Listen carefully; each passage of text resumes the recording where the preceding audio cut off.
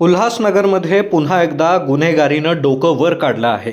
किरकोळ कारणावरून एका तरुणाची हत्या झाल्याची धक्कादायक घटना समोर आली आहे. उल्हासनगरमधील साईबाबा मंदिराच्या परिसरात घडलेली ही घटना सीसीटीव्ही कॅमेऱ्यात कैद झाली आहे. उल्हासनगरच्या साईबाबा मंदिराच्या परिसरात साजिद शेख या तरुणाचा धारदार शस्त्रांनी वार करून हत्या करण्यात आली. मिळालेल्या माहितीनुसार 10 ते 15 जणांच्या टोळक्यानं साजिदवर हल्ला केला.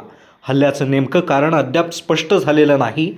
मात्र हा हल्ला किरकोळ वादातून झाल्याचं म्हटलं जात आहे. हा संपूर्ण थरार परिसरातील सीसीटीव्ही कॅमेऱ्यात कैद झाला आहे.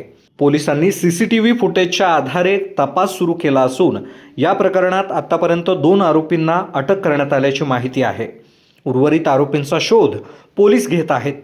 या घटनेमुळे परिसरात तणावाचं वातावरण निर्माण झालं असून नागरिकांमध्ये भीतीचं वातावरण पसरलं आहे. सर, 1 नंबरच्या हत्येचा गुन्हा दाखल झालेला आहे.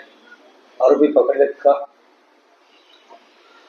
यातील जो मयत आणि आरोपी जे आहेत यांच्यामध्ये काल दारू पिण्याच्या कारणावरून भांडण झालं होतं. काल संध्याकाळी 5 वाजता यांच्यात आपसात भांडण झाल्यानंतर त्याचे परत आपसामध्ये भांडण मिटवण्यासाठी यातील आरोपी व मयत व त्यांचे मित्र एकत्र येणार होते. त्यावेळेस ते साईबाबा मंदिर उल्हासनगर नंबर 1 या ठिकाणी रात्री 2:20 दरम्यान आले आणि ते येत असताना यातील फिर्यादी हा त्या ठिकाणी जात होता आणि फिर्यादी जात असताना त्यांनी त्या फिर्यादीचा मोबाईल हिसकावून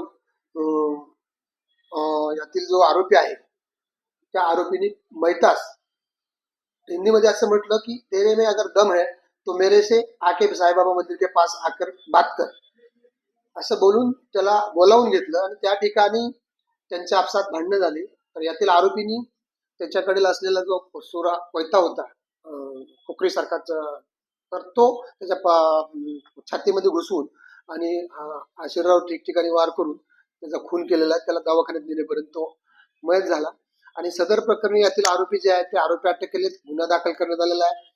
302 प्रकरणी खुनाचा गुन्हा दाखल करण्यात आलेला आहे.